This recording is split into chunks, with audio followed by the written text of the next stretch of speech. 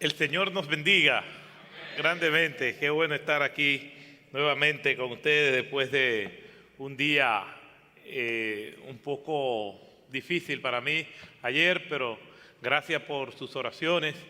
Y hace tiempo yo aprendí que cuando uno está en una familia, yo soy el número 2 de una familia de 4, o sea que no soy el mayor, en la familia, en la iglesia, en una conferencia, y tú notas como que no está llamando la atención hasta el enfermo. Y entonces pues, hoy llegué, pastor, qué gusto verlo, y dijo, bueno, dio resultado. Así que, gracias, amados hermanos, ha sido un placer compartir con ustedes y disfrutar del cariño y del amor del Señor en cada uno de nosotros. Como dice la Escritura, ¿verdad? Que el amor de Dios mora en abundancia en nuestros corazones. Así debe de ser. Me toca hablar de cómo sembrar la palabra en el corazón, específicamente de los hijos.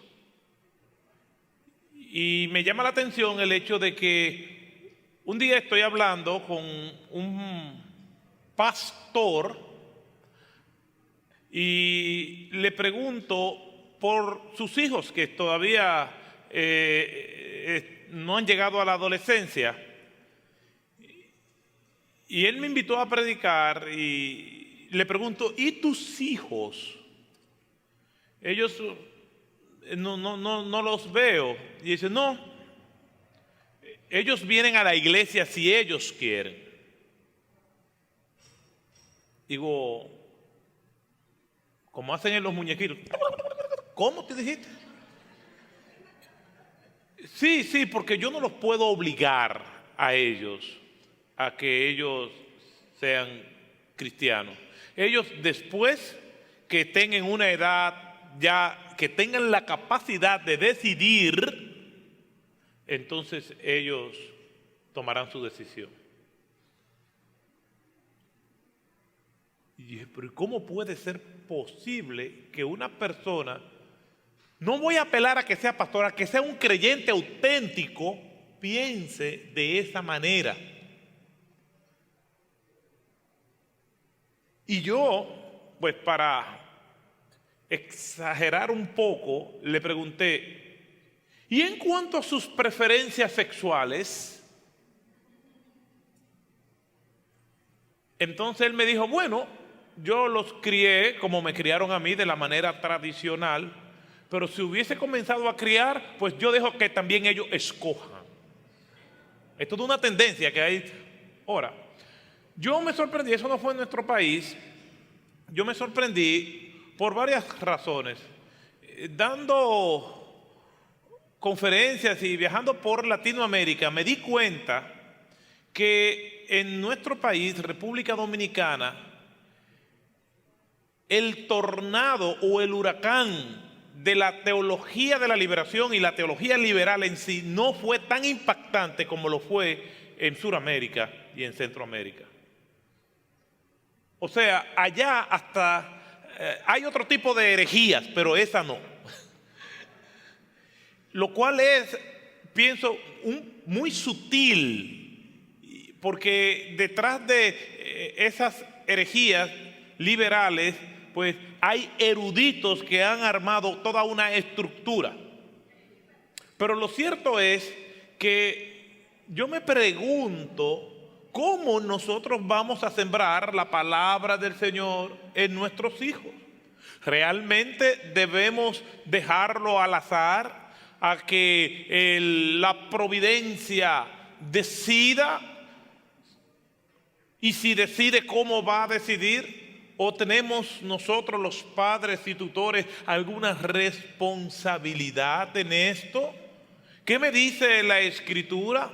¿Debo yo obligar a mis hijos a que se congreguen? ¿Debo yo hacer algún tipo de proselitismo religioso, como dicen ellos?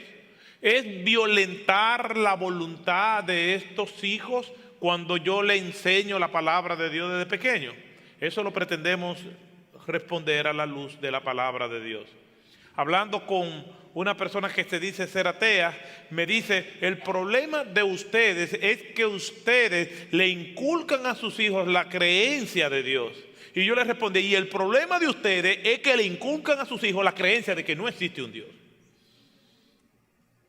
Quiere decir que realmente la palabra de Dios nos presenta lo que nosotros debemos de hacer. Nuevamente, otra vez apelo al hecho de que lo que vamos a estar diciendo será valioso o no, dependiendo de lo que nosotros creamos que es la palabra de Dios. Como les dije la primera noche, cuando voy a debatir acerca de algún tema bíblico, lo primero que pregunto es que si la persona con la cual estoy debatiendo cree que la Biblia es la palabra de Dios.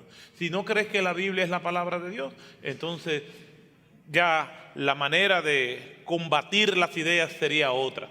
Pero vamos a ver qué nos dice la palabra del Señor. Y vamos a estar leyendo en un pasaje muy conocido que se conoce como el Shema hebreo.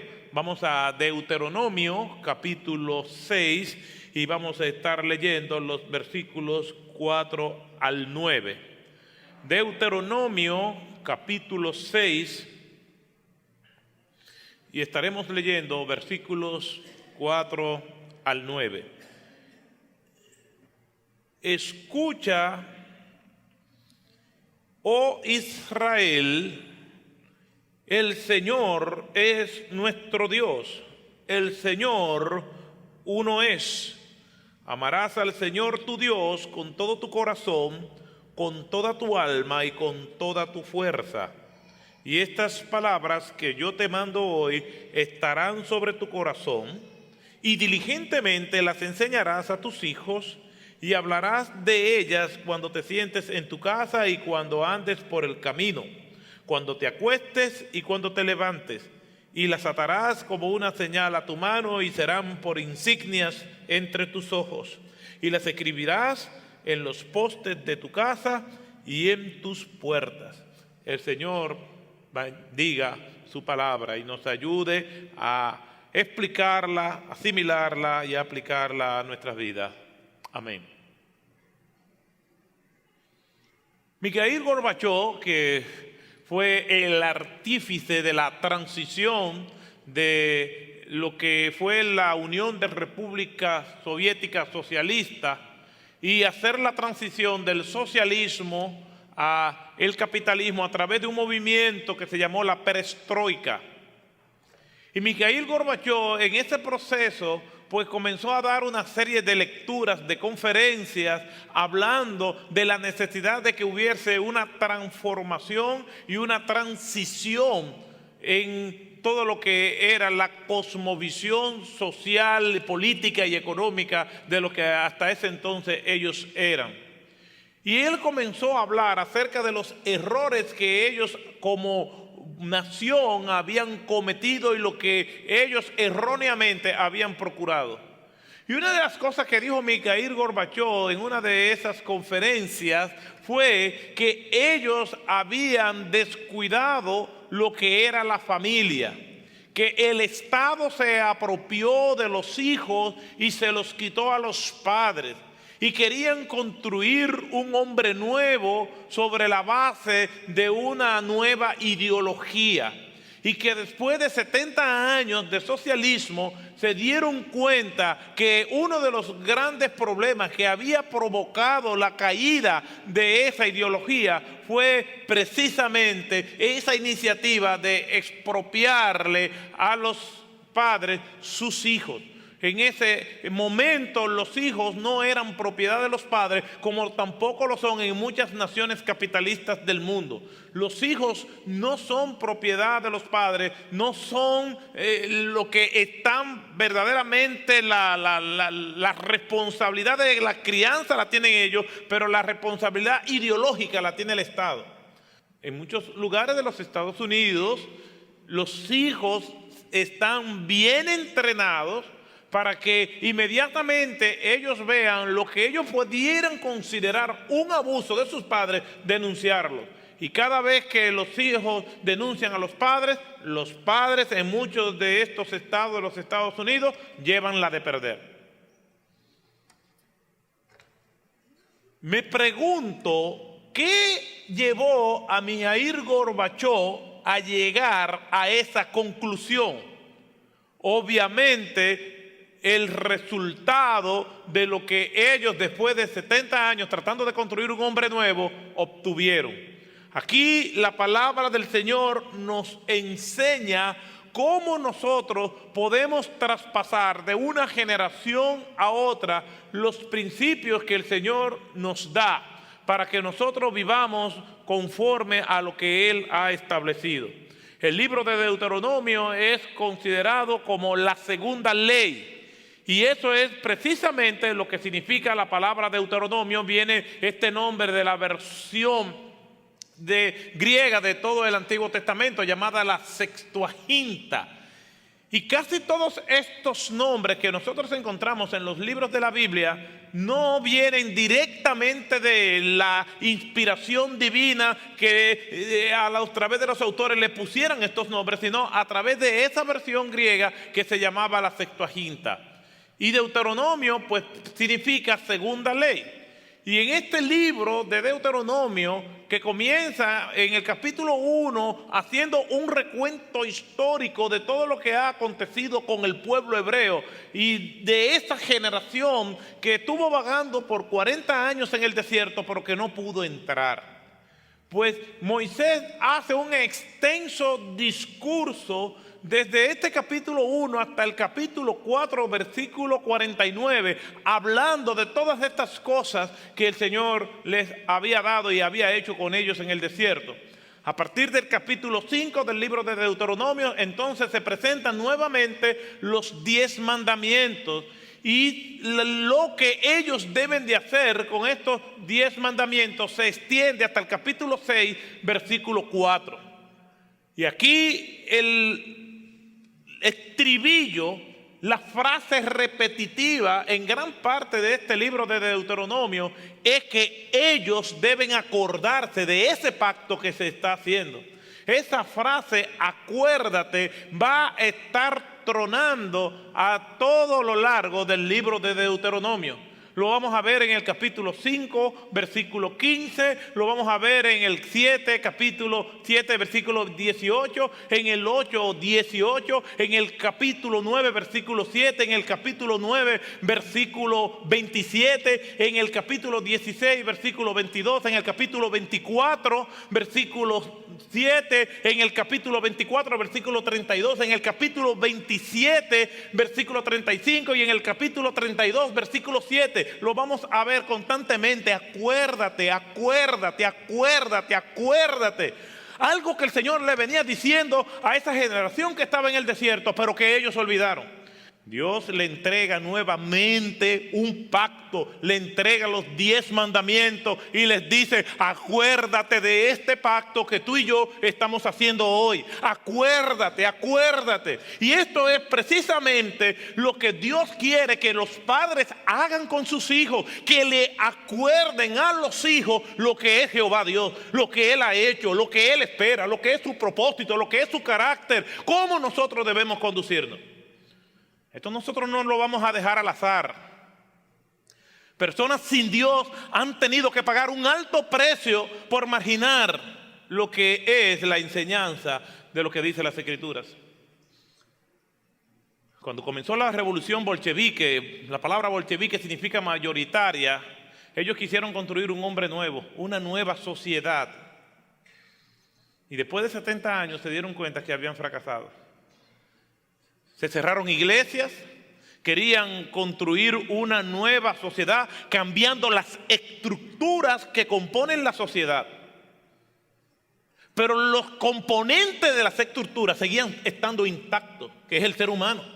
Querían construir una sociedad nueva, pero el ser humano en lo profundo de su ser seguía igual. El alcohólico seguía alcohólico, el esposo maltratante seguía siendo maltratante, el orgulloso seguía siendo orgulloso, la persona sin Dios seguía estando sin Dios. Y hoy, en el día de hoy, en el tiempo presente, aquel país que quitó la educación religiosa de las escuelas, de los sistemas públicos, ahora se han dado cuenta que tienen que regresar. Y si ahora dado apertura para que comience a enseñarse la Biblia en los sistemas escolares públicos de Rusia. Si hay alguien que sabe lo que es vivir sin Dios, si hay alguien que sabe lo que es pasar de una generación a otra, tratando de callar toda influencia bíblica, son ellos. Saben más que los mismos norteamericanos que salieron grandes misioneros de allí. Saben más que cualquiera de nosotros. Y después de pagar un alto costo, ahora están regresando. No solamente están regresando, sino que están redefiniendo y afirmando valores que en países supuestamente cristianos como los Estados Unidos han desechado. Han reafirmado que el matrimonio es entre un hombre y una mujer. Han reafirmado y han dado leyes claras donde se prohíbe el lenguaje vulgar y cualquier cosa que promueva lo que es las buenas costumbres por cualquier medio masivo. Porque ellos saben lo que es vivir sin Dios. Ellos saben el precio que paga una sociedad cuando tratan de quitar toda influencia cristiana de esa sociedad.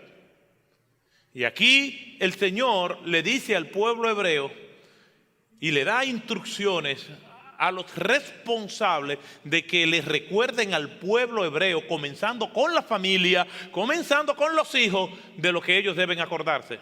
Acuérdate. Y eso es lo que dice el Shema hebreo. Escucha, Israel, el Señor, nuestro Dios, el Señor uno es. La palabra Shema significa oye, escucha. Eso es lo que significa. Y originalmente comprende los versículos 4 y 5. Después se extendieron como una oración confesional hasta el versículo 9. Pero originalmente el Shema hebreo son esos dos versículos, el versículo 4 y el versículo 5. Escucha, oh Israel, el Señor nuestro Dios, el Señor uno es. Amarás al Señor tu Dios con todo tu corazón, con toda tu alma y con toda tu fuerza. Moisés termina de presentar los 10 mandamientos al pueblo y como dice el versículo 33 del capítulo 5, andad en todo el camino que el Señor vuestro Dios os ha mandado a fin de que viváis y os vaya bien. Andad en ese camino para que para que te vaya bien. Quiere decir que guardar la ley de Dios en sí ya es bendición. Pero esa bendición se va a multiplicar porque entonces nos va a ir bien. Porque el bienestar de una nación, el bienestar de una familia, el bienestar de un individuo está en hacer la voluntad de Dios. Estas fueron las palabras que le dijo el profeta Jeremías a Sedequías. Escucha la voz de Dios y te irá bien. Y eso siempre vamos a encontrarlo en todas las escrituras. Escucha la voz de Dios y te irá bien. El que anda en los caminos de Jehová le irá bien. El que medita en la ley de Jehová y la aplica a su vida, todo lo que hace prosperará.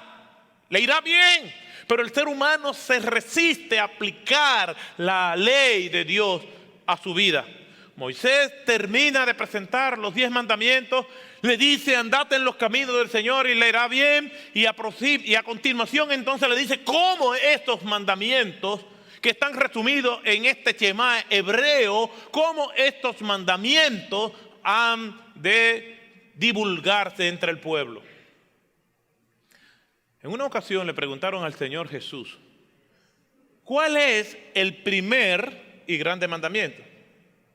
El Señor no respondió conforme a lo que textualmente está escrito en Éxodo 22. Él respondió conforme a lo que está escrito aquí en el Shema hebreo. Él dijo, amarás al Señor tu Dios con todo tu corazón, con toda tu alma y con toda tu mente. Y el segundo es semejante, amarás a tu prójimo como a ti mismo. Esto es la ley y los profetas.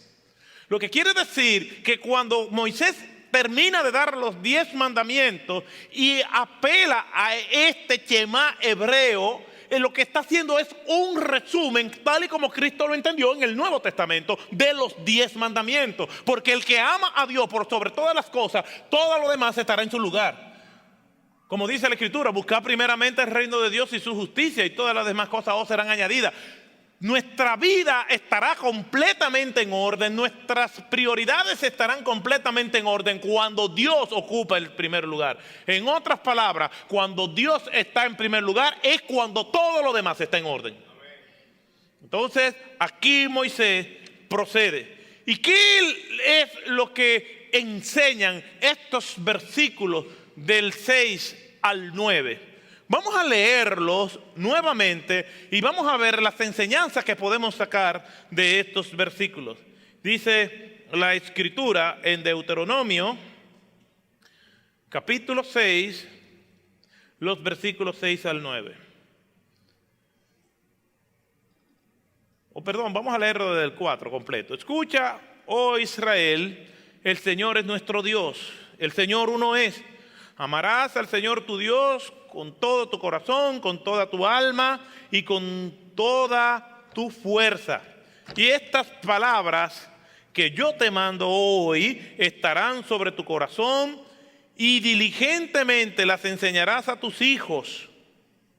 Y hablarás de ellas cuando te sientes en tu casa y cuando andes por el camino, cuando te acuestes y cuando te levantes. Y las atarás como una señal a tu mano y serán por insignia entre tus ojos. Y las escribirás en los postes de tu casa y en tus puertas. El Señor estaba llevando al pueblo hebreo a una tierra plagada de idolatría. Pero el Señor también sacó al pueblo hebreo de una nación plagada de idolatría. Quiere decir que estaban saliendo de una nación idólatra a otra nación idólatra. Y cuando el Señor trabaja con su pueblo, el Señor no solamente tiene como propósito sacarlo de Egipto, sino introducirlos a una nueva tierra. Los hebreos estaban ansiosos de libertad, estaban ansiosos de la redención. Dice la Escritura en el capítulo 2 del libro de Éxodo que el clamor de los hijos del Señor llegó hasta su trono y Dios tuvo misericordia de ellos. Querían salir de Egipto, querían la libertad. Por eso el Señor se mueve a misericordia y los saca de Egipto. Y el pueblo se conformó con la libertad. Y ese era el único propósito de ellos, venir y salir de Egipto, la libertad. Desde el punto de vista de ellos, la libertad era su propósito. Desde el punto de vista de Dios, era introducirlo a una nueva tierra y hacer una nación, la nación que le prometió a Abraham, para que en ellas fueran benditas todas las naciones de la tierra. La libertad sin propósito no sirve de nada. Para los hebreos simplemente la libertad, salir de Egipto era suficiente. Pues si salir de Egipto era suficiente, pues el desierto estaba bien. Pero la libertad sin propósito no sirve de nada. El propósito de Dios no era solamente sacarlo de Egipto, sino llevarlo a una tierra nueva, a una tierra de donde allí fueran benditas todas las naciones de la tierra, donde el nombre de Jehová fuera llevado, de hacer de esta nación una nación misionera, para que las demás naciones conocieran al único y al verdadero Dios. Esta nación tuvo sus dificultades en ser construida. Y por eso Dios lo lleva a esa nueva tierra, pero las reglas del juego han cambiado. En los sistemas opresivos, en los sistemas totalitarios, las personas luchan por la supervivencia. Yo he ido a países donde hay sistemas represivos, totalitarios, donde cada quien hace lo que pueda y cada quien sobrevive de la manera que entienda. A veces hasta por métodos que me chocan mucho de acuerdo a lo que es la ética cristiana. Y conozco muchas personas que han salido de países así, que cuando vienen a un mundo libre todavía siguen con la práctica de tratar de partir brazos para conseguir cosas. Dios sabe que este pueblo está acostumbrado a esto. Está acostumbrado a una anarquía soterrada, a una supervivencia a toda costa. Y es necesario que antes de que entren a la tierra prometida, sepan que las reglas han cambiado. Que antes ellos trataban de sobrevivir, ahora tienen que esperar en Jehová de los ejércitos. De que Jehová tiene normas, de que Jehová tiene leyes, de que hay cosas que hay que cumplir, que ya ellos no van a hacer lo que quieran, de que hay enemigos espirituales que buscan su alma. Ellos tienen que saber que Jehová tiene normas escritas muy claras y que deben ser cumplidas. Más adelante, en el capítulo 8, el Señor habla claramente con ellos nuevamente. Les invito a que vayamos a Deuteronomio, capítulo 8, para que nos demos cuenta lo que el Señor le dice a ellos. Deuteronomio capítulo 8, comenzando desde el versículo 1.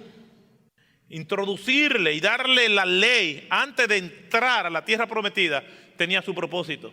Todos los mandamientos que yo te ordeno hoy, tendrás cuidado de ponerlos por obra, a fin de que viváis y os multipliquéis y entréis y toméis posesión de la tierra que el Señor juró dar a vuestros padres.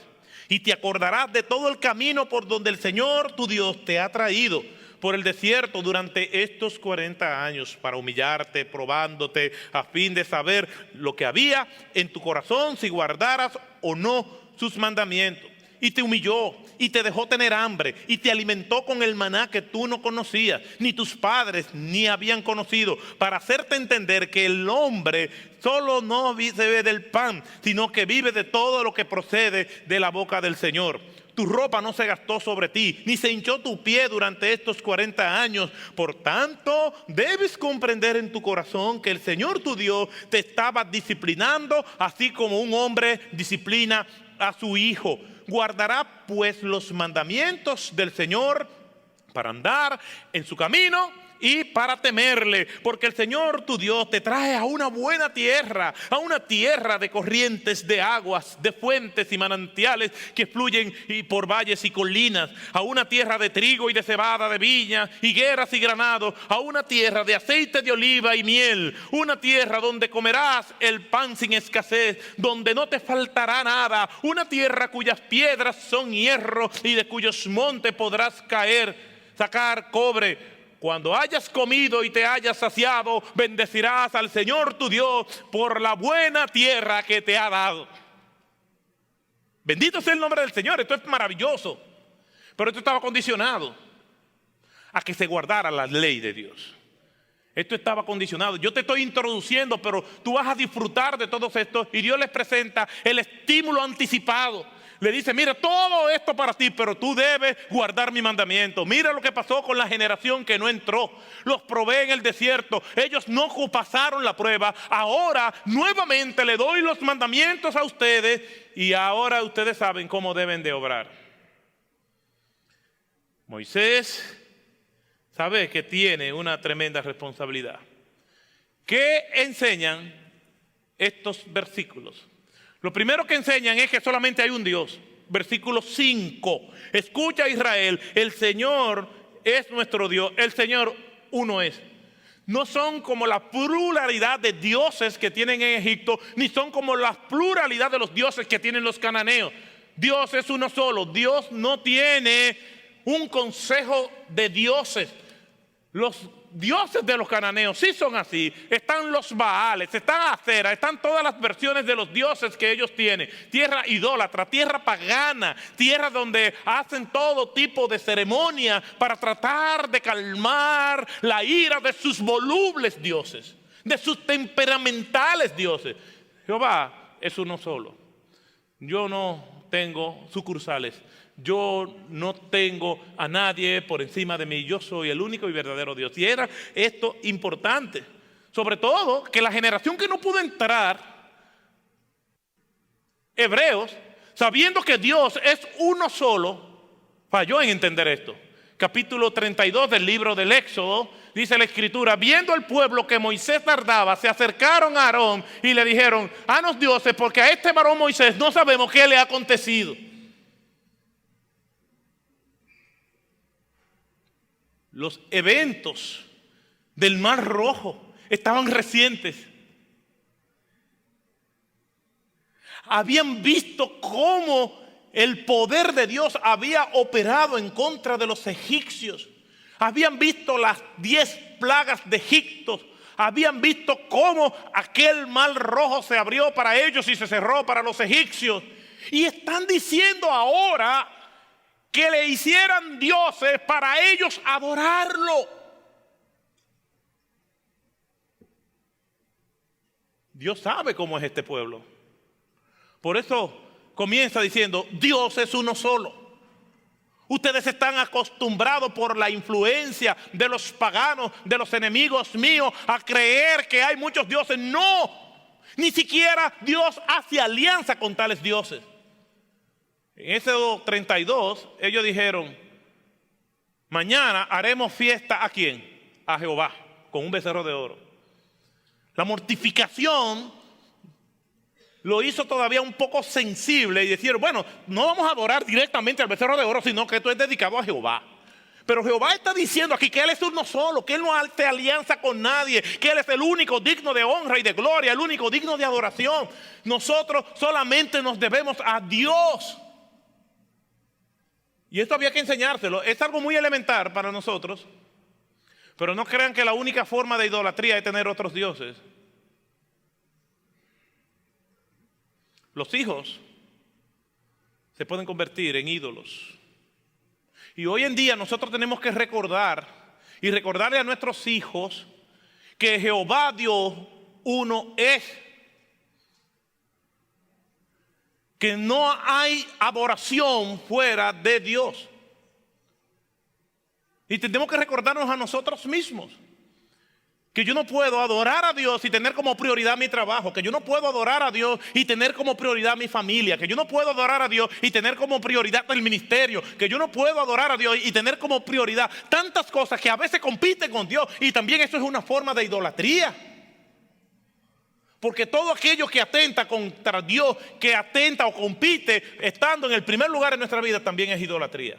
Ellos tenían sus formas de idolatrar, ellos tenían su forma de adorar, ellos tenían esos dioses cananeos y esos dioses egipcios, pero nosotros tenemos nuestros dioses contemporáneos y tenemos que enseñarle a nuestros hijos que Jehová es el único Dios, no solamente en términos de adoración, sino también en estilo de vida, en lo que nosotros hacemos.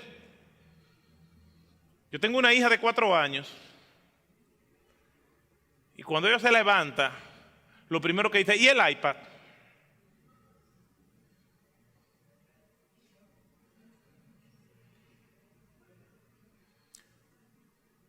¿Cómo puede ser posible?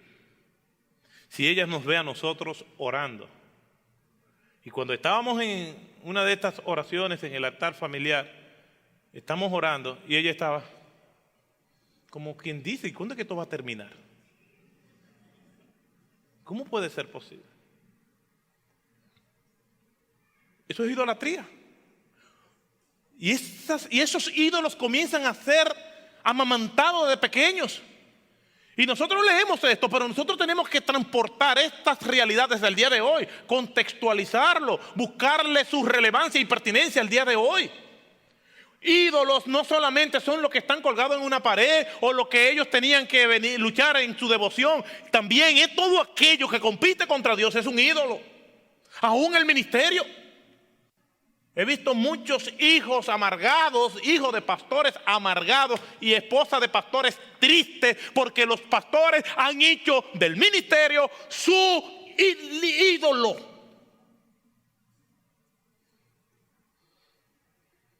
¿No quieren saber? Jehová es el único de adoración. Y cuando adoramos a Dios, y cuando Dios está en primer lugar, todo lo demás está en orden.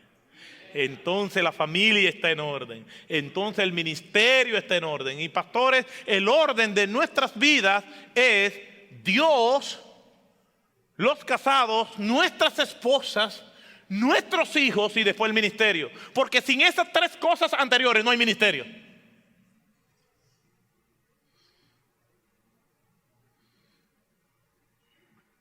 Y pasamos por situaciones difíciles. No siempre estamos con el mismo ímpetu. Pero estas cosas tenemos que saberlas. Los judíos hacían esta confesión en sus oraciones diarias. Todavía lo hacen. Tú lo puedes ver allí en el muro de las lamentaciones. Entre otras cosas recitando ese Shema hebreo. Y allí están. Pero no solamente basta con confesarlo. Esto es un acompañamiento. Y vamos a ver más adelante cómo nosotros lo vamos a hacer. Porque teóricamente muchos de nosotros creemos que esto es así. Y allí hay muchos judíos de estos ortodoxos en el muro de las lamentaciones recitando oraciones. Pero ¿es eso lo que Dios quiere nada más? Que nos limitemos a recitar oraciones. Y que digamos cosas como si fueran mantras hindúes para repetirlas y que se den por el poder de lo que nosotros declaramos. Esto no es lo que dice aquí. Ellos se las recitaban, pero la recitación ritual de nada sirve. Pero lo recitaban, porque para ellos esta es su confesión de fe, de que Jehová uno es. Jehová es único y verdadero. Nosotros lo vemos aquí. El objetivo era recordarle que ellos iban a tener influencia de dioses paganos. Iban a tener influencia de personas que iban a ejercer dominio y tratar de hacer presión con ellos para inculcarle su Dios. Y eso lo estamos viendo hoy en día. Culturas dominantes terminan imponiéndose. Y como el gran imperio del norte tiene sus costumbres, pues ahora la nueva ola intelectual es adoptar costumbres del imperio. En los años 70, cuando una persona decía, no, yo no creo en Dios. Todo el mundo lo veía como si fuera una persona de una mentalidad muy avanzada. Y la batalla de las ideas se daba en torno a lo ideológico. El decir yo no creo en Dios o apelar a los grandes autores materialistas y naturalistas. Pero ahora vivimos en una cultura postmoderna sin ideologías. Lo que tú creas está bien. El problema es cuando tú quieres imponerme lo que tú crees. Y ahora la nueva ola es decir, no, yo creo que debemos hacer leyes que hagan del matrimonio entre personas de un mismo sexo una realidad. Y ahora esa es la nueva forma de intelectualidad. Y las personas no se sientan a pensar las consecuencias devastadoras que esto puede traer para la familia y por ende para la sociedad, pero es la nueva ola. Y es una nueva forma de presión. Y Satanás actúa o con intimidación o con seducción. Y muchas personas ven esto como una nueva ola, como un aire de intelectualidad, como de un aire de mente avanzada y de ideas progresistas. Y lo están adoptando. Sobre todo porque el presidente de los Estados Unidos dijo que iban a presionar a los países que reciben ayuda de los Estados Unidos para que hagan leyes que favorezcan a las minorías. Y ahí incluyen todo lo que ellos piensan. Pero lo cierto es que vivimos en un mundo que ejerce presión sobre la iglesia. En Romanos capítulo 12, versículo 2, dice, no os conforméis a este siglo, sino transformaos por medio de la renovación de vuestro entendimiento para que puedan comprobar la buena voluntad de Dios agradable y perfecta. Los creyentes somos minoría. Es más, los creyentes siempre hemos sido minoría en un mundo que va corriendo por la puerta ancha. Siempre los que corren por la puerta estrecha somos minoría. Y hoy en día somos minoría. Es verdad, el evangelio está creciendo, pero la corriente de este mundo nos quiere empujar para que nosotros nos olvidemos del único y verdadero Dios. Y nosotros tenemos que recordarlo, tenemos que vivirlo y enseñarlo a nuestros hijos, a unas futuras generaciones. El Shema hebreo era recordarle que Dios es uno. En segundo lugar, cuando nosotros vamos a este texto bíblico, hay otra enseñanza que nosotros debemos tomar en cuenta. Vemos en el versículo 4 un solo Dios. En el versículo 5 vemos un amor intenso hacia ese Dios. Amarás al Señor tu Dios con todo tu corazón, con toda tu alma y con toda tu fuerza. Amar con todo el corazón, alma y fuerza significa una entrega total del ser a Jehová. No es una entrega a medias, es una entrega total. Y aquí se usan tres palabras que nosotros debemos de explicar. ¿Qué significa amar al Señor tu Dios con toda tu alma, con todo tu corazón y con todas tus fuerzas? Perdón.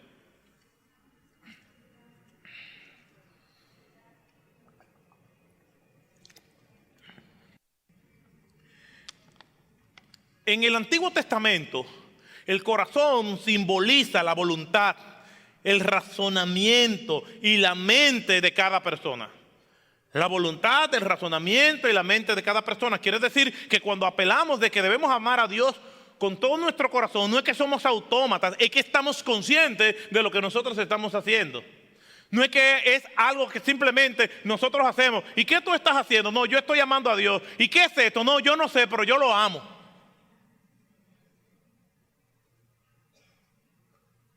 Hace algún tiempo, unos años atrás, mientras dábamos unos estudios bíblicos acerca de la persona del Espíritu Santo, una hermana que venía de otra congregación, pues después que terminó el estudio, me hizo unas preguntas y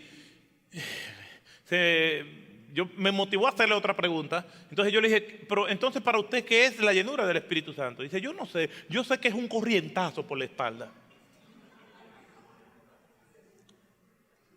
¿Y qué es el amor a Dios? Ay, yo no sé, es algo intenso que yo tengo en el corazón. No, pero no incluye emociones, incluye razonamiento. Nosotros sabemos quién es Dios. Dios no ofende la razón humana. Por eso es que quizás durante mucho tiempo se tenía entendido que los creyentes no pensaban. Y Francis Schaeffer escribió un libro que se llama Creer también es pensar. Es pensar, o sea, nosotros estamos llamados a pensar. De hecho, si hay alguien que está entrenado a pensar por la fe que tiene, es el creyente. Por eso en los días del Imperio Romano se veía con tanta suspicacia a los cristianos. Porque mientras toda la plebe iba enardecida hacia el circo romano, hacia la arena, a ver los gladiadores, a ver personas devastándose entre sí, los cristianos decían, nosotros no participamos de eso. Eso rebaja la dignidad y la imagen de Dios en el ser humano. Cuando las plebes iban al teatro romano a ver la farsa romana, los cristianos decían, no, nosotros no participamos de eso. En los días del Imperio Romano se veía con suspicacia porque el cristianismo nos entrena a pensar. Nos entrena a nosotros a probar los espíritus. Nos entrena a que nosotros escudriñemos nuestros caminos. Nos entrena a que nosotros razonemos. Este amor a Dios no es un amor irracional, es un amor muy racional. Es un amor que nos hace plenamente conscientes de quiénes somos nosotros y de la necesidad profunda que tenemos de Dios. Y con ese amor es que nosotros vamos a amar a Dios. Si me amáis, guardad mi mandamiento. Es un amor que llega a conclusiones, es un razonamiento, es algo que nosotros meditamos y nos hace, mientras más meditamos, más amar a ese Dios. No es un sentimiento que nosotros tenemos aquí en el corazón. Ay, yo no sé qué hacer contigo. Ay, no es nada de eso. Nada tiene que ver con eso. El amor a Dios implica romance porque nosotros alabamos a Dios y nosotros venimos y de nuestros labios salen palabras hermosísimas para nuestro Dios, pero no se limita a eso, porque cuando nos limitamos a eso, Dios se siente mal. Este pueblo de labios me honra, pero su corazón está lejos de mí. No, el amor a Dios es obediencia, es someterse a Él. Imagínese usted un marido que le diga a su esposa, oh mi amorcito, tú eres la mujer más bella del mundo, yo no sé vivir contigo, yo no sé vivir sin ti, yo no sé qué yo voy a hacer el día que tú te mueras. pero tiene 5 mujeres en la calle. Y ella le responde, yo sé, el día que yo me muera, pues entonces tendrá 6.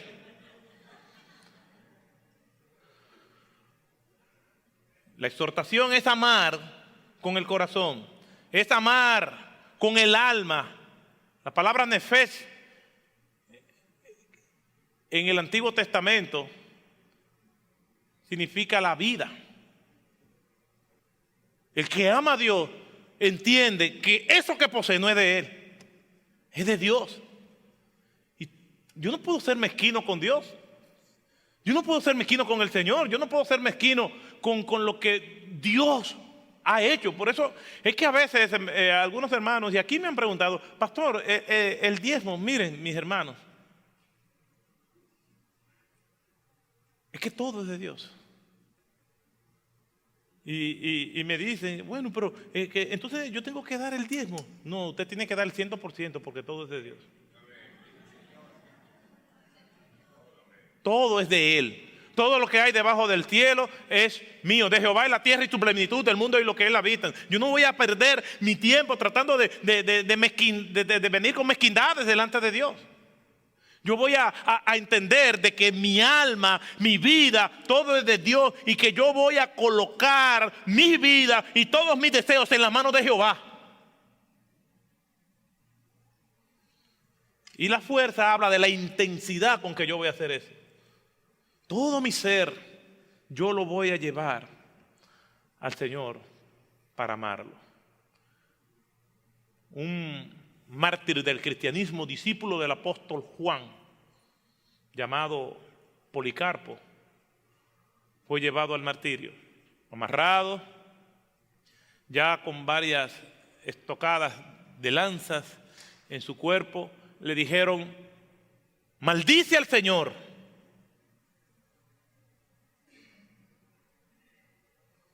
Niégalo. Y Policarpo, con una serenidad perturbadora, decía, 86 años tengo y ningún mal me ha hecho. ¿Cómo voy a negar a aquel que me lo ha dado todo? Viejo, herido, maltratado, vilipendiado, pero con un amor intenso por Jehová.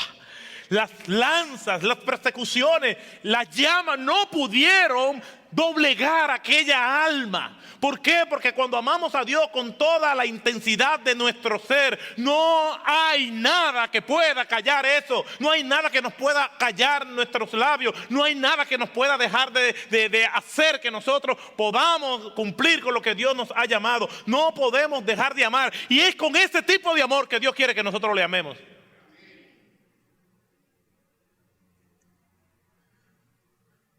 Un solo Dios, un amor intenso y un recordatorio permanente. Este es Dios, solamente Él es digno de adoración. Versículo 5, solamente a Dios es que vamos a amar así como Él establece. Ahora, eso había que recordárselo a las personas. Y los versículos del 6 al 9 nos dice la manera en que nosotros íbamos a recordarlo. Y estas palabras que yo te mando hoy estarán sobre tu corazón y diligentemente las enseñarás a tus hijos. Y hablarás de ella cuando te sientes en tu casa y cuando andes por el camino, cuando te acuestes y cuando te levantes. Y la atarás como una señal en tu mano y serán por insignias entre tus ojos y las escribirás en los postes de tu casa y en tu puerta. Moisés enseñó la necesidad de que cada judío aprendiera esta ley, esta confesión de fe. ¿Y cómo iba de hacerse? Y a mí me encanta porque la literatura del Antiguo Testamento le da una importancia extraordinaria a la familia. Por ejemplo, cuando nosotros vemos que en los días de Nehemías había que restaurar el muro de Jerusalén. Había oposición, Tobías, Sanbalá y Gesén el árabe estaban en contra de que se levantara el muro de Jerusalén, y había que levantar el muro de Jerusalén. El templo 14 años atrás había sido restaurado en los días de Esdras y Zorobabel, pero todavía la adoración a Jehová no había sido restablecida porque el muro estaba en el piso y no había seguridad para ir a adorar a Jehová. Entonces, para restablecer la adoración en el templo había que restaurar el muro. Pero ¿cómo se iba a restaurar el muro en un pueblo dividido, en un pueblo desanimado? ¿Cómo iba a hacerse esa restauración del muro? Es interesante lo que nos dice en Nehemías capítulo 3. Y Bani restauró el muro que está frente a su casa junto a sus hijos. Y Severías restauró el muro que pasa frente a su casa con sus hijos. En el genio de Nehemías organizó al pueblo por familias para que cada quien restaurara la parte del muro que pasaba frente de su casa. Extraordinario. Se organizó el trabajo, el equipo por familia. La familia, los dicen no solamente los teólogos, sino también los sociólogos, es el componente más importante de una sociedad.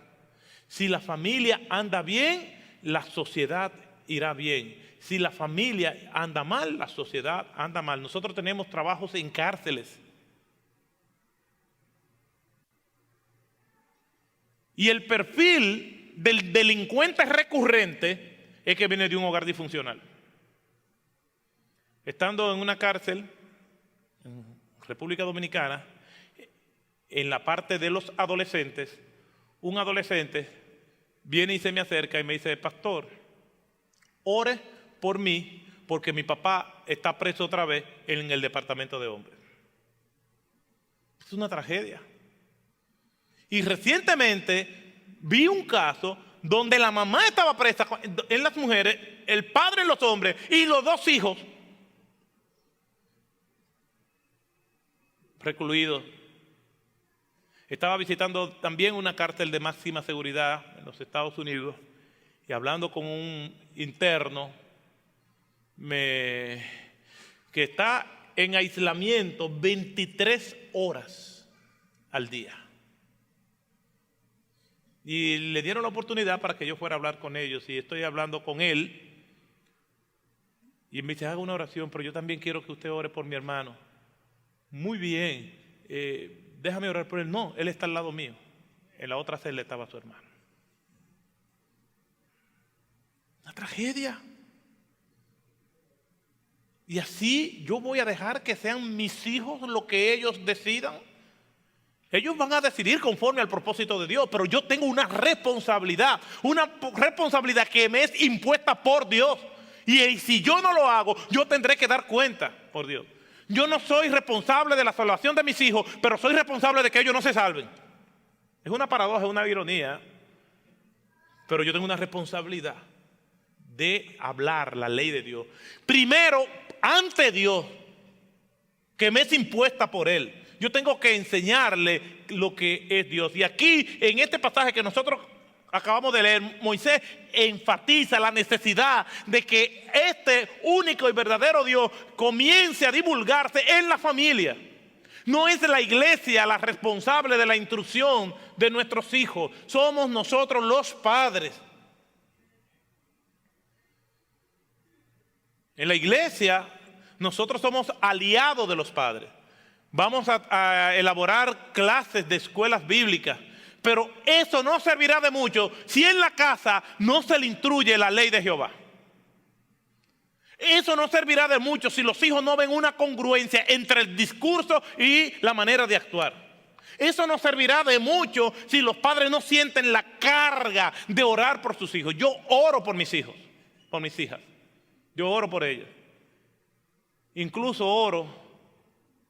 Y esta oración no me es fácil hacerla por quienes van a ser sus esposos. Señor, te pido que tú las bendigas. Señor, te pido que cuando ellas estén en edad de escoger, que escojan bajo la dirección tuya. Y yo déjame decir, hermano, nosotros somos amantes de la excelencia. No se nota en mí, pero somos amantes de la excelencia. Y yo quiero que mis hijas sean buenas estudiantes. Quiero que no estén en el cuadro de honor número 1, pero yo quiero que ellas sean buenas estudiantes, porque siendo buenas estudiantes glorifican al Señor. Yo quiero que ellas sean buenas profesionales, sean buenas servidoras en el reino de Dios. Pero sobre todo yo quiero que ellas amen a Dios con toda su alma, con toda su mente y con toda su fuerza. Eso es lo que yo más deseo. Aunque sean mujeres comunes y corrientes, que nadie la conozca, pero que sí conozcan a Dios y que amen a Dios. Eso es lo que yo quiero. Pero para que eso sea posible, yo tengo que hacerlo. Aquí Moisés apela a una hipérbole para que ellos entiendan la importancia que tiene enseñar la ley de Dios. Y dice, y le enseñarás a tus hijos y hablarás con ellos cuando te sientes en tu casa y cuando andes por el camino. ¿De qué está hablando? De un estilo de vida. No es simplemente venir en el altar familiar y decir, repitan este versículo, apréndete este versículo. No, es que ellos van a ver nuestra manera de actuar como padres, como hombres de Dios. Una vez mi hija mayor, cuando estaba pequeña, me hizo reflexionar en algo. Y es que ella me ve predicando, ella me ve hablando por el celular, me ve conversando con otras personas, a mi casa van gente. Y yo estoy hablando por el celular y ella le dice a mi esposa Susana, mami, pero papi sí habla.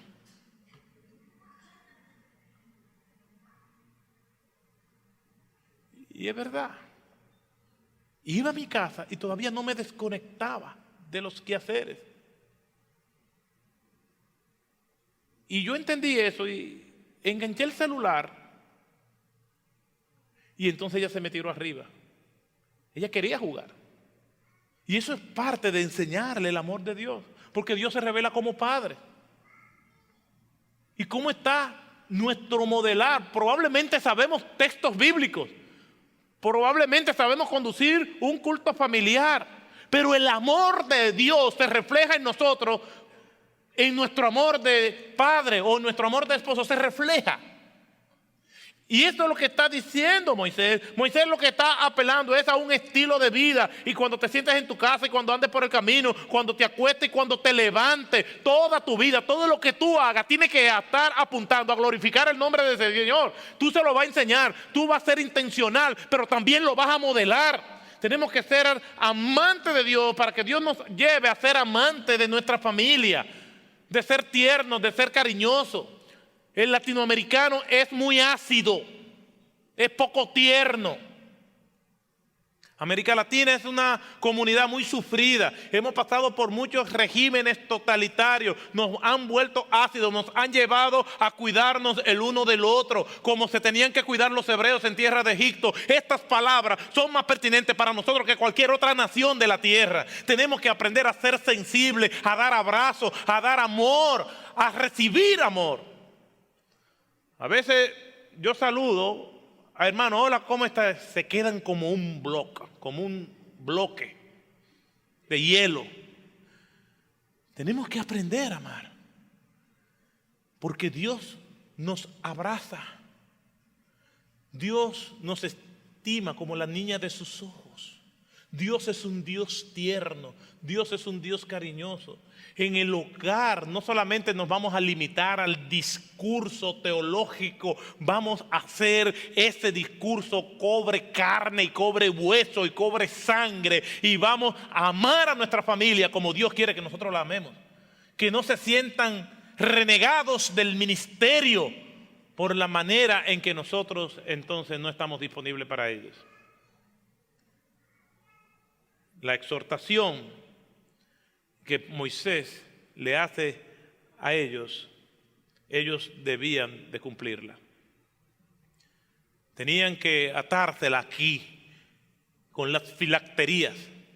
Las filacterías era una cajita que contenía el Shema hebreo. Y aquí Moisés lo que está diciendo, y las atarás a tu mano y a tu frente. No es literal, es una hipérbole, es diciéndole, esto es tan importante que tú te la tienes que amarrar ahí en el corazón. Y nosotros hablamos en ese lenguaje figurado. Por ejemplo, cuando alguien dice, oye, estoy muerto de hambre, es muerto que está, ¿no? Dice lo que es una figura para dar a entender que tiene mucha hambre. ¿Me explico? Entonces Moisés está apelando a eso.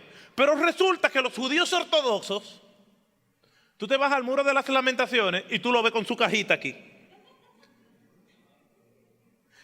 Le descargan una UCI a cualquiera, pero aquí tienen la ley del amor de Dios.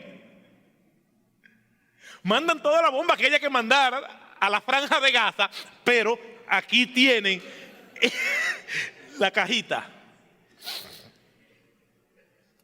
No es ahí, es aquí.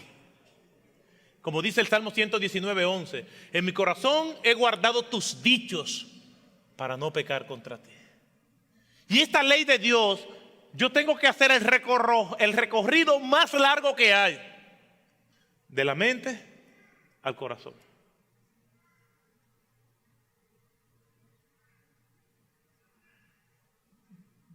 Del entendimiento a la aplicación.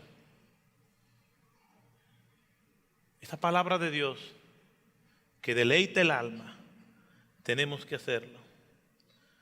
Mire, como dice la Escritura, si esto era tan importante, en Deuteronomio, capítulo 9, versículo 9 en adelante, por tanto, cuídate y guarda tu alma con diligencia para que no te olvides de las cosas que tus ojos han visto y no se aparten de tu corazón todos los días de tu vida, sino que lo hagas saber a tus hijos y a tus nietos. Recuerda el día que estuviste delante del Señor tu Dios en Horeb, cuando el Señor me dijo, reúneme al pueblo para que yo les haga oír mis palabras, a fin de que aprendan a temerme todos los días que vivan sobre la tierra y las enseñes a tus hijos. Más adelante, en Deuteronomio, en los versículos 20 al 20, en el capítulo 11, 19, enseña a vuestros hijos, hablando de ellas, cuando te sientes en tu casa y cuando andes por el camino, cuando te acuestes y cuando te levantes. En el 31:13, y sus hijos que no la conocen la oirán, hablando de la ley de Dios, y aprenderán a temer al Señor vuestro Dios mientras vivas en la tierra a donde vosotros vais, cruzando al otro lado del Jordán. En Deuteronomio 32:46 le dijo, fijad en vuestro corazón todas las palabras que os advierto hoy, las cuales ordenaréis a vuestros hijos que la obedezcan cuidadosamente. Esto no es que si nosotros podemos, que yo voy a dejar que ellos decidan. Es que yo tengo un compromiso con Dios de enseñar la ley de Dios a ellos. Y Dios sabrá qué hacer con ellos, pero yo habré cumplido con mi deber, no solamente en la instrucción que sale de mi boca, sino en el testimonio que le doy con mi estilo de vida. Hoy más que nunca se siembra la ley de Dios cuando el sembrador conoce a Cristo. Una persona que no conoce a Cristo no puede sembrar la ley de Dios. Es un religioso y probablemente es un religioso moralista que se parece mucho a un cristiano. Pero una persona siembra la ley de Dios cuando la ley de Dios está sembrada en su corazón, cuando Cristo. Y déjenme decirle, mis hermanos, nosotros podemos hacer todo esto, pero nosotros necesitamos a Cristo. Porque nuestros hijos no son nuestros, son de Él. Y si aquí hay alguien que no tiene a Cristo, sepa que Cristo es lo único que nosotros necesitamos. Hay que venir a Jesucristo y pedirle perdón por sus pecados, arrepentirse de ellos y decirle al Señor, sálvame. Y una persona que es llevada a esa conclusión es porque el Espíritu de Dios le está guiando. Que nadie puede llegar a esa conclusión si el Espíritu de Dios no la guía. Yo le digo al Señor, Señor, yo estoy haciendo lo mejor que yo puedo hacer. Y cómo uno ama a un hijo, eso es indescriptible. Yo soy mejor hijo después que soy padre. A mí me dio el virus malo ese. Y en medio del virus malo, que todavía tengo las secuelas estas, yo le decía, Señor, las porciones que le tocan a ellas, hablando de mi esposa y mis hijas, dámela a mí. El amor. Pero el más grande amor que yo puedo darle a ella es enseñarle el más grande de todos los amores, que es el amor a Dios.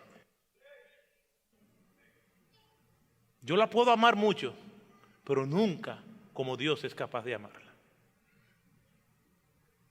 Esto lo vamos a hacer intencionalmente. Y estos versículos nos enseñan un único, un solo Dios, un amor intenso y una recordación permanente. Gracias te damos, Señor, por tu palabra.